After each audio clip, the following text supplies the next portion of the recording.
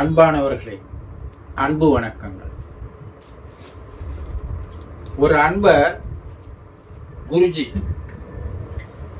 பில்லி, சூன்யம், செய்வினை, மாந்திரீகம் என்பதெல்லாம் உண்மைதானா? சிலர் பேசுகிறார்கள், விஜயகாந்த் அவர்களுக்கு செய்வினை செய்ததால் தான் அவர் 8 ஆண்டுகளுக்கு மேலாக உடலில் பாதிப்பு ஏற்பட்டு அதனால் தான் காலமானார் என்று சிலர் பேசுகிறார்கள். அதனால் அதெல்லாம் உண்மைத்தானா, நடந்திருக்குமா என்று ஒரு கேள்வியை கேட்டிருக்கிறார். உலக அளவிலே அமானுஷ்ய செயல்கள் என்று சொல்லக்கூடிய செயல்கள் பல ஆயிரம் ஆண்டுகளாக எல்லா நாடுகளிலும் எல்லா மதங்களிலும் இன்று வரை நடைபெற்று வருகிறது. உளவியலில் இந்த அமானுஷ்ய செயல்களை என்ன சொல்லுவார்கள் என்றால், அமானுஷ்ய உளவியல் என்று பெயரிட்டே அழைப்பார்கள். என்னன்னா, இந்த பில்லி, சூன்யம், செய்வினை, மாந்திரிகம் போன்றவற்றை ஆராய்ச்சி செய்வது என்றே ஒரு பகுதி உளவியலில் இருக்கிறது. இந்த செயல்கள் எல்லாம் மனதிற்கு தொடர்புடையது, மனவியலுக்கு தொடர்புடையது. அதனால் மனவியல் உளவியல் நிபுணர்கள் பல ஆண்டு காலமாக ஆராய்ச்சி செய்து பல்வேறு விஷயங்களை வெளியிட்டிருக்கிறார்கள். அக்காலத்தில் மந்திரவாதி இல்லாத மன்னன் இல்லை என்று சொல்லுவார்கள். மாந்திரிக நம்பிக்கை அரசன் முதல் ஆண்டி வரை இப்போதும் இருந்து கொண்டிருக்கிறது. ஆளுங்கட்சியில் இருப்பவர்களும் சரி, எதிர்கட்சியில் இருப்பவர்களும் சரி, பிச்சைக்காரனுக்கு கூட மாந்திரிகத்தின் மீது நம்பிக்கை இருக்கிறது. இவற்றை செய்பவர்கள் எல்லாம் பிளாக் மேஜிக் என்று சொல்லுவார்கள். இந்த செயல்களுக்கெல்லாம் பிளாக் மேஜிக் என்று பெயர். அதாவது இதை போலி அறிவியல் என்று கூறுகிறார்கள். சூன்யம் என்பது ஒருவருடைய மனத்தை தன் வசப்படுத்தி தன்னுடைய ஆசைகளை, எண்ணங்களை அவர் மூலமாக நிறைவேற்றிக் கொள்வது, அவரை தன்னுடைய கட்டுப்பாட்டுக்குள்ளேயே கட்டுப்படுத்தி வைத்துக் கொள்வதற்கு பெயர் தான் சூன்யம். இது மெஸ்மரிசம், ஹிப்னாட்டிசம் மாதிரி கொஞ்சம் ஒரு உயர்நிலை, அவ்வளவுதான். எங்கிருந்து கொண்டும் எங்கோ இருக்கின்ற ஒருவரை தன்னுடைய கட்டுப்பாட்டுக்குள் கொண்டு வர முடியும். இதில் விஞ்ஞானமும் இருக்கிறது, மெய்ஞானமும் இருக்கிறது. மெஸ்மரிசம், ஹிப்னாட்டிசம் என்பது எதிரில் இருப்பவர்களை மட்டும்தான் தன் வசப்படுத்த முடியும். மனோவசியம், மனதை தன் வசப்படுத்துதல். உங்களை நான் தன் வசப்படுத்துவதற்கு பெயர் மனோவசியம். உங்களுடைய மனதை நான் வசியப்படுத்துவதற்கு பெயர் மனோவசியம், மனவசிய கலை என்று சித்தர்கள் கூறுவார்கள். ஆனால் இந்த சூன்யம் என்பது, செய்வினை என்பது எங்கேயோ இருக்கின்ற ஒருவரை தன்வசப்படுத்துகின்ற ஒரு செயல். இதெல்லாம் நடைமுறையில் உண்மைத்தான், சாத்தியம்தான், பொய் அல்ல. ஆனால் இது அனுபவசாலிகளுக்கு நன்றாக தெரியும். இன்றைய கலி உலகிலே வாழ்கின்ற நாகரீக வாலிபர்களுக்கு இது ஒரு அம்பக்காக தெரியும். உள்ளார்ந்து போகின்ற விஷயங்கள் நிறைய இருக்கின்றன. உலகில் கற்றுக்கொள்ள வேண்டிய விஷயங்கள் நிறைய இருக்கின்றன.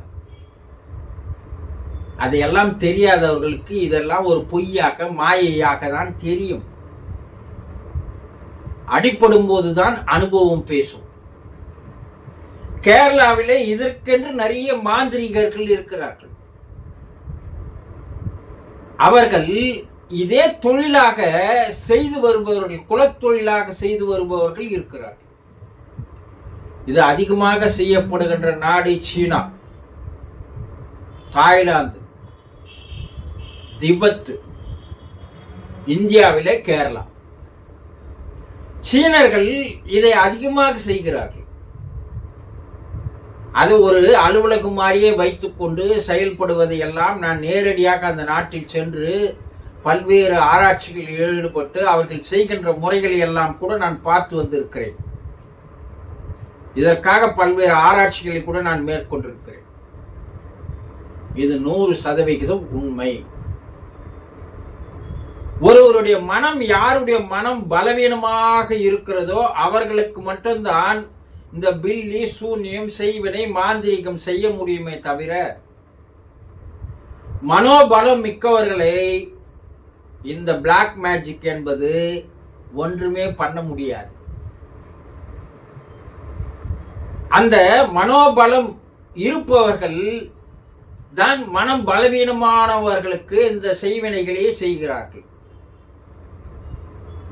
அவர்களுடைய ஒரு போட்டோ போதும், காலடி மண் போதும், அவர்கள் போட்டுக்கின்ற உடை போதும், அவர்களுடைய தலைமுடி போதும்.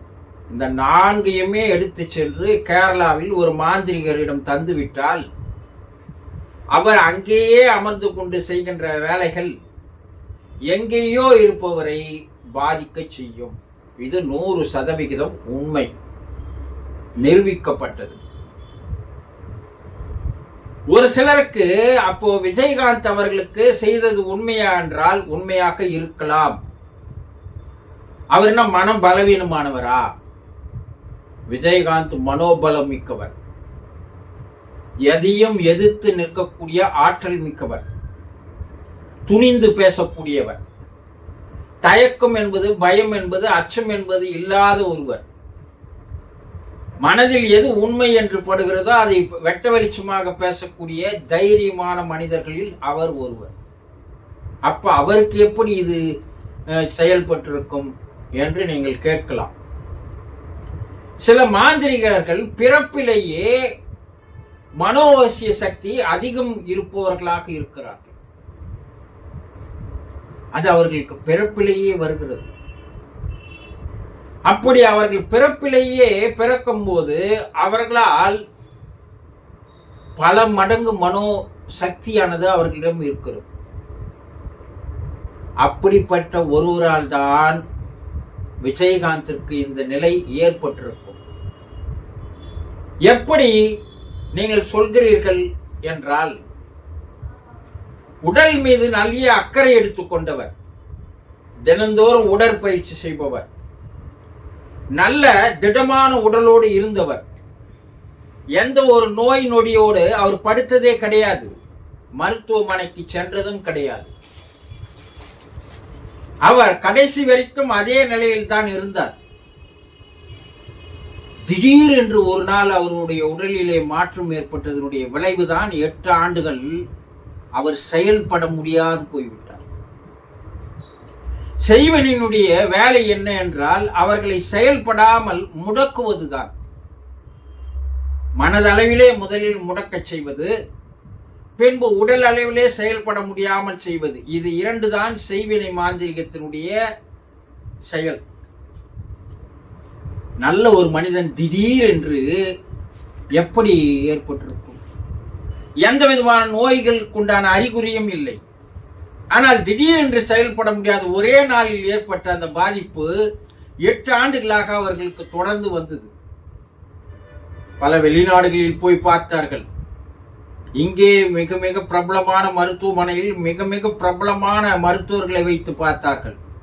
இன்று வரையில் அவருடைய உடலில் என்ன நோய் ஏற்பட்டது என்பதை யாராலும் கண்டுபிடிக்க முடியவில்லை, தெரியப்படுத்தவும் முடியவில்லை. இது ரகசியமாகவே வைக்கப்பட்டது. இவர் இந்த நோயால் தான் பாதிக்கப்பட்டிருக்கிறார் என்று எந்த மருத்துவமனையும் கூறவில்லை. ஏனென்றால் மருத்துவர்களுக்கே அது ஒரு பேர் அதிர்ச்சியாக இருக்கிறது. என்ன நோய் என்று கண்டுபிடிக்கவே முடியவில்லை. நாளுக்கு நாள் அவருடைய செயல் முடங்கி அவரை செயல்படாமல் செய்ததை பார்க்கும்போது இது செய்வினையினுடைய தாக்கம் தான் என்பது நிரூபிக்கப்படுகிறது. ஆக பில்லி, சூன்யம், செய்வினை, மாந்திரீகம் இதெல்லாம் உண்மைத்தான். அதனால் அவர் பாதிப்பு ஏற்பட்டிருக்கும் என்பது அவருடைய உடல் திடீரென்று ஒரே நாளில் செயலிழந்து போய் 8 ஆண்டுகளாக செயல்படாததிலிருந்து தெரிய வருகிறது. எந்த நோயும் குணப்படுத்துகின்ற ஆற்றல் இன்றைய மருத்துவத்திற்கு உண்டு. ஆனால் ஏன் முடியவில்லை? அதற்கு முன்னால் அலோபதி எல்லாம் ஒன்றுமே எடுபடாது. இப்ப இந்த செய்வனையிலிருந்து எப்படி பாதுகாத்துக் கொள்வது என்றால், முதலில் மனதை பலப்படுத்திக் கொள்ள வேண்டும். இரண்டாவது, மனம் வலிமையாக மாற்றப்பட வேண்டும். இதற்கு ஒரே வழி தியானமே என்று சித்தர்கள் கூறுகிறார்கள்.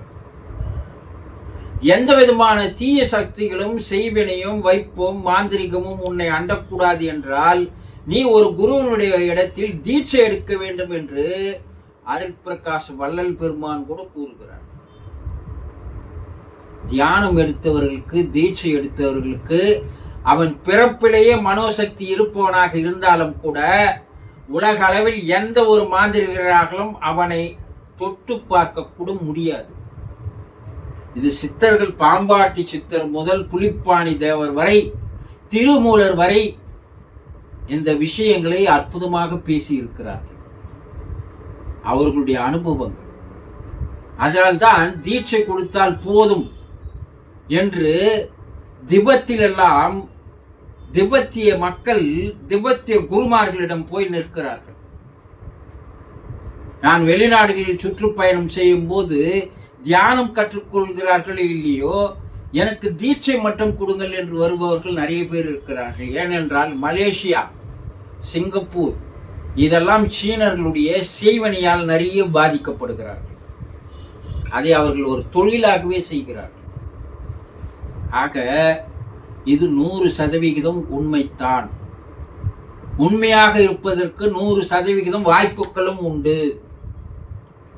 ஆக மனோபலத்தை அதிகப்படுத்திக் கொள்ளுங்கள், தியானம் கற்றுக்கொள்ளுங்கள், தீட்சை எடுத்துக் கொள்ளுங்கள். உங்களை எந்தவித செய்வினையும் உங்களை ஒண்ணுமே பண்ண முடியாது. தெரிந்து கொண்டீர்களா?